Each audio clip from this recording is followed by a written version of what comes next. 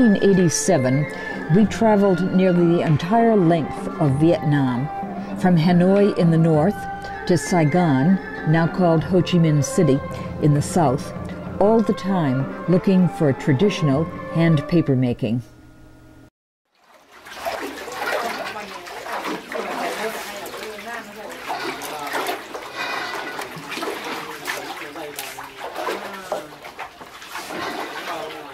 We already knew from an old French journal that hand paper making had flourished in two villages near Hanoi, Yen Thai and Long Bui.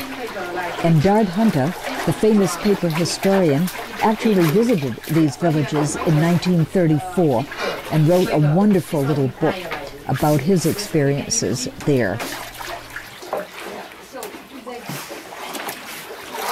In 1987, we discovered that the paper makers of these villages were now organized into one collective unit, the Dong Hoa Collective. In the foreground, you can see paper drying there on the grass. There were three parts to this paper-making unit. In one area, waste paper was recycled and made into new paper used for sanitary purposes, wrappings, and funeral objects. In the second section, the traditional zor fiber, a bark fiber, usually mulberry, was used to make a fine paper for printmaking and other artwork. And a third part of the factory contained a paper machine, a small foudrinier. Here we see a cart of mulberry fiber on its way into the factory. Within the factory grounds, we saw the cooking unit, where the mulberry fiber was cooked in lime for several hours. We saw this worker washing the cooked fiber, and as she transfers it to another tank, she pulls off some dark outer bark that still clings to the fiber. The next step is beating the fiber, and the Dong Hoa Collective had a large Hollander beater, which they used both for the zor paper and for the recycled paper. If you look on the right, you can see the scraps of the recycled paper there in the foreground. These workers are forming sheets of the zor paper. They use a mold, which is a wood frame with a bamboo screen held down by a U-shaped decal. Each sheet is couched right on top of each other. There are no separators used. The press used in the zor paper making was an extremely simple device. We see the post of papers sandwiched between two boards. The long beam acts as a lever. It's weighed down with large stones.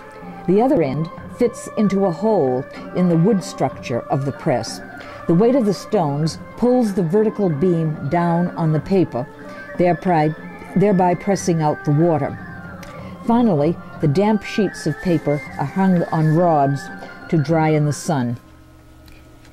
In another part of the factory, women were making recycled paper.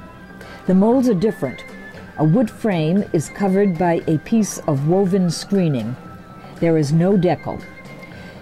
To form a sheet, the paper maker makes one quick dip into the pulp, and then she couches the sheet onto a thin piece of cotton fabric.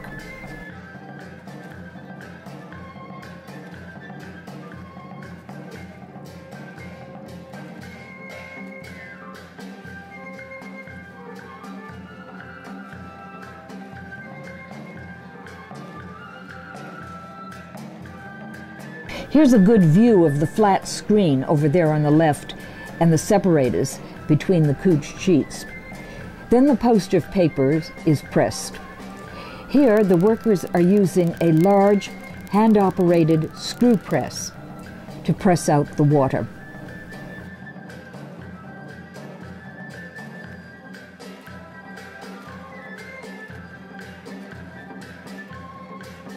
This woman is separating the pressed sheets, placing them on wood rods, and now these sheets are put outside to dry in the sun.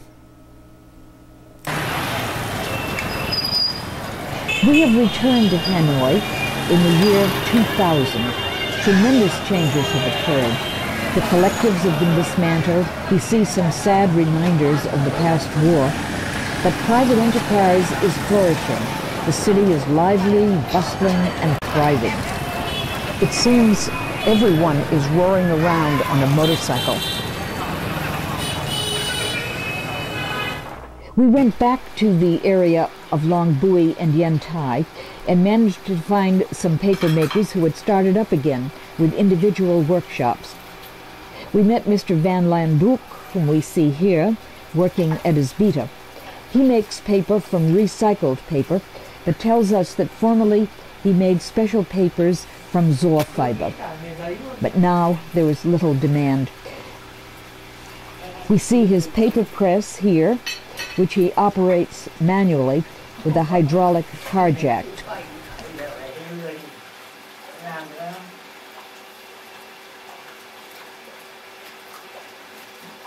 The process of making the recycled paper here is exactly the same as we had witnessed at the Dong Hoa Collective 13 years previously. The paper maker is Mr. Van Duk's daughter-in-law, and she uses a flat wove screen, no deco, and couches each sheet onto a thin cotton cloth. The sheet formation is just a quick dip into the pulp, and that's all. The couching of the sheets seems to be a two-person affair. The elderly mother of Mr. Van Duk helps out with the couching.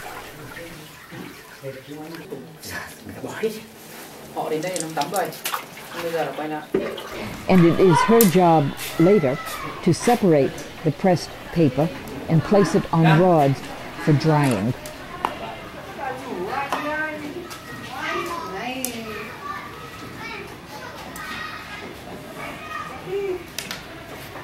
The final drying is done inside the house on these racks. We continued to interview Mr. Van Duk, and we learned a little more about him and his history. At one time, a long time ago, did they make this paper in bigger sizes? Yeah. Bởi vì ngày trước bác làm cái giấy này là một cơ sở lớn hơn hay là cũng nhà mình như này? Cũng vẫn đây thôi. Cũng vẫn ở đây thôi. Vẫn ở đây thôi. Always the same size. Always the same size. Long time ago. Yeah. Now he hopes that some one will come here and book him. Nếu có người dùng thì tôi mới làm, không có người dùng thì không làm được. Không có người dùng không làm. Means that no one book this one, so he have to. So we change. Yes. Yeah, change. Does he come from a long family of making paper? Have they? I mean, how many generations has this family been making paper? Bác cho hỏi một chút, gia đình mình làm giấy bao lâu rồi? Ôi, từ đời ông đời cha. Thế à, tức là đến đây đến như bác là bao nhiêu đời? Có tới hàng mấy chục đời rồi. Thế ạ, tức là từ ngày xưa lâu lắm rồi. Từ thời xa xưa cách đây hàng mấy trăm năm là các cụ đã làm rồi. He means that it's there from few hundred years ago. His ancestors started to make this one and handed down the traditional trade, and he still keep it maintaining it. If you regret that, now the societies they have no need of using this one, so he had to delay it. Yes.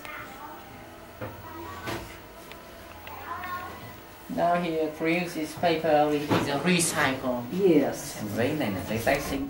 We left Mr. Van Duk's workshop and walked again through the old section of Hanoi, searching for more paper makers.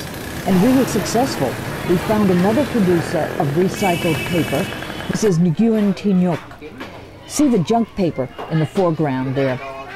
Behind is the tank that holds the beaten pulp.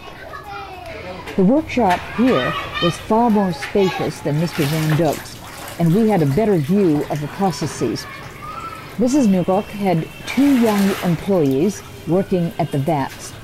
The molds and the sheet formation were just the same as we had seen at the previous workshop.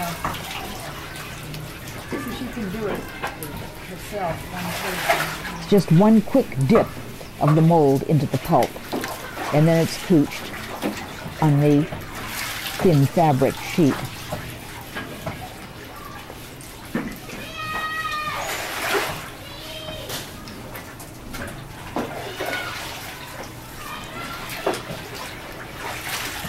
Here's the post of papers waiting to go into the press. They use here a hand-operated screw press. The next step is to put the pressed paper onto rods.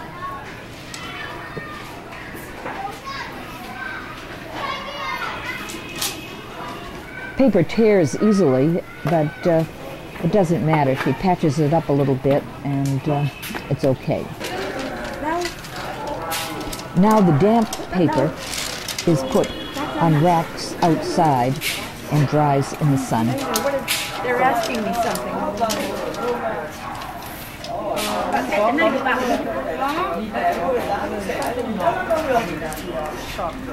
We drove north of Hanoi and took a ferry across the Red River to the province of Bac Ninh. The day before, we had bought some original prints on handmade Zohr paper at an art shop in Hanoi. The shop owner told us the prints and paper were made in the village of Đăng.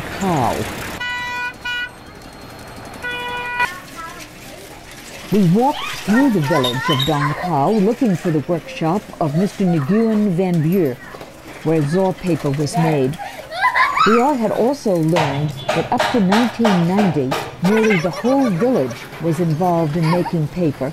Now only 2 families were left. We located the workshop of Mr. Van Buur and saw a whole group of lively young women forming sheets of Zohr paper. Outside, we also saw the pit where the fiber is soaked in lime for 12 hours before cooking. See, on the right there, you see the empty lime bags. Product become unsaleable. Became unsaleable. Yeah. That's why now just 1 or 2 families do make this one. Yeah. Yeah, see. That's interesting. That's why the craft village like this decline in Vietnam.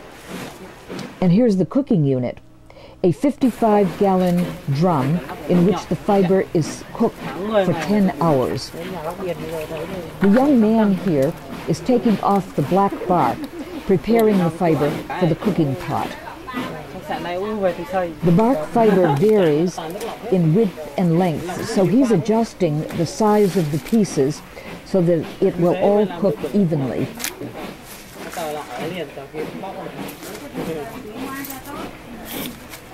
Over on the right is a basket right in the pond there that contains shavings from the bark of a local tree called gal knot. This will produce a very useful formation aid. In another area of the workshop, we saw these women removing the remains of the black bark after the cooking process. Do they use the black bark for anything? Cái nên này mình có dùng làm gì không ạ? Cái này xong mình bán cho những người ta làm giấy xấu. If that in this place he only produce the high quality paper, so that's inside, and the ugly one like this, ugly material he sell to another person. They put something in the water when they cook it. Anh có cho thêm hóa chất gì vào trong cái nước khi luộc không ạ? Chỉ cho thêm vôi thôi. Vôi thì Vôi tăng. quick limestone. Quick limestone inside. Vôi để tăng độ nóng mà. Không có hóa chất. Và không hóa chất gì. Môi trường trong sạch. Now here's the beater that the workshop uses to beat the fiber to a pulp. When the beating is finished, the pulp drains through the hole at the bottom edge there and is collected in the concrete vat, now ready for use.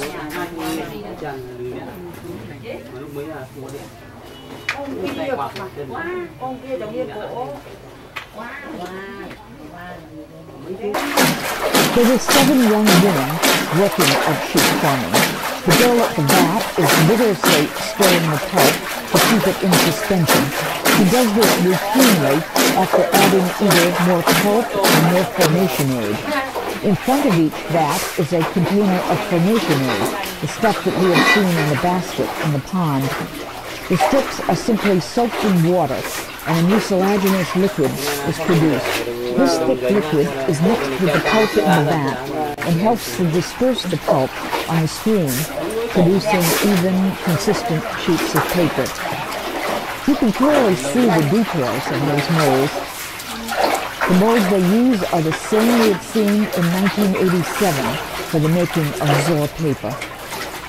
The mold is a wood frame which supports a bamboo screen, and a U-shaped decal holds the screen in place.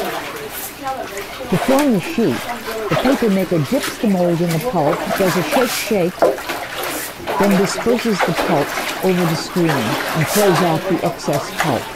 She repeats that process a second time and then features the sheet. Watch her closely. Toward her, shake, throw off the excess. Another dip, a shake, throws off the excess. Then she rests the mold for a second on the surface of the back. I think this helps to release the paper from the bamboo screen. In the teaching, each sheet is placed right on top of each other on the post. There are no separating sheets. To make thicker sheets, the mold can be dipped again and again into the pulp, building up more layers to the desired thickness. Each worker here makes about 1,000 sheets of paper in a day, and these women are paid for the number of hours that they work.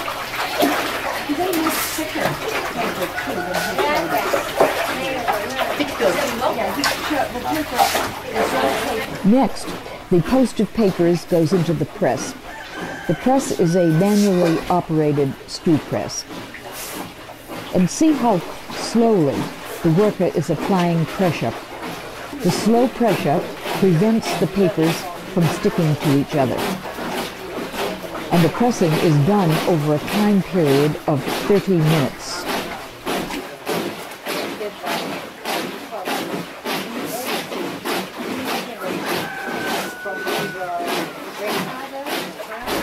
In this room, we see one girl carefully separating the damp sheets of paper. As she takes off the sheet from the pile, she reverses it and sets it down in another stack. That whole stack will be left to dry.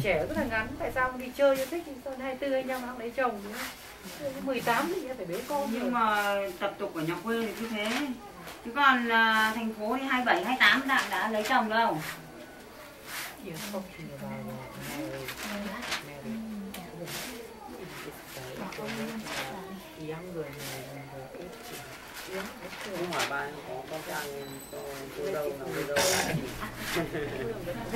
Here too, if she gets a little tear in the paper, she just fixes it, and there's no problem. She puts it right back on the pile. The woman on the right is working on a block of papers that is already dry. She is separating each dry sheet and making another pile.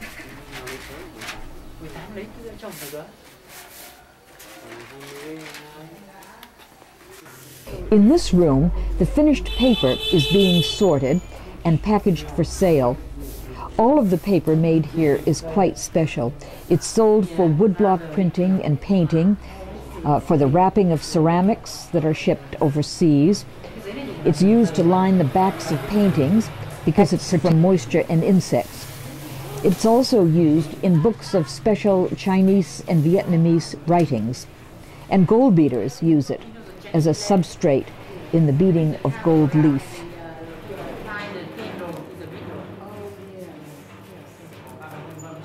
Very white. Does he use the white to make it Cái very trắng làm gì? Con thấy đấy là vẽ để in tranh. Tranh màu bình. So printing, but how does he get it white? What kind of chemical? I asked 3 times how the white paper was achieved, but I never had a real answer. Con thấy đấy là vẽ để in tranh. So printing, but how does he get it white? What kind of chemical? We are leaving the Dong Cao workshop now, returning to Hanoi with a bundle of beautiful paper, plus a paper-making mold. Back in Hanoi, we walk through the marketplaces to see what kinds of paper are being sold.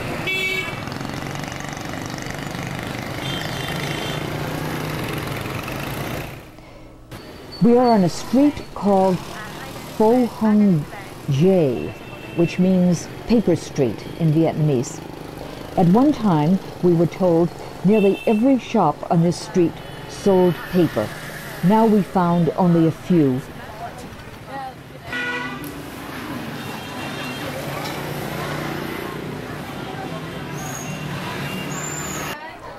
We approached one stall where we saw bundles of paper. Unfortunately, the machine made from recycled paper. But this shop was more interesting. It featured funeral objects made of paper, meant to be burned at burials. There's a television set and a VCR, a thermos bottle and dishes. There's even a bicycle. Everything that might be needed by the deceased in the next world. This young girl is busy producing paper money that also will be burned. She's brushing gold paint onto sheets of paper that have a square of silver foil on them. It's gold money for the afterworld. Formerly, handmade paper was used for this, and it still is in China and Myanmar. But here in Hanoi, the handmade has been largely replaced by machine products.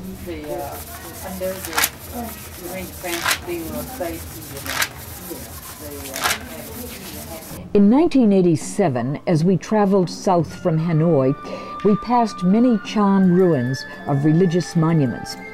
But there are still Cham people living in central Vietnam, and friends have told us that they do make paper there by hand.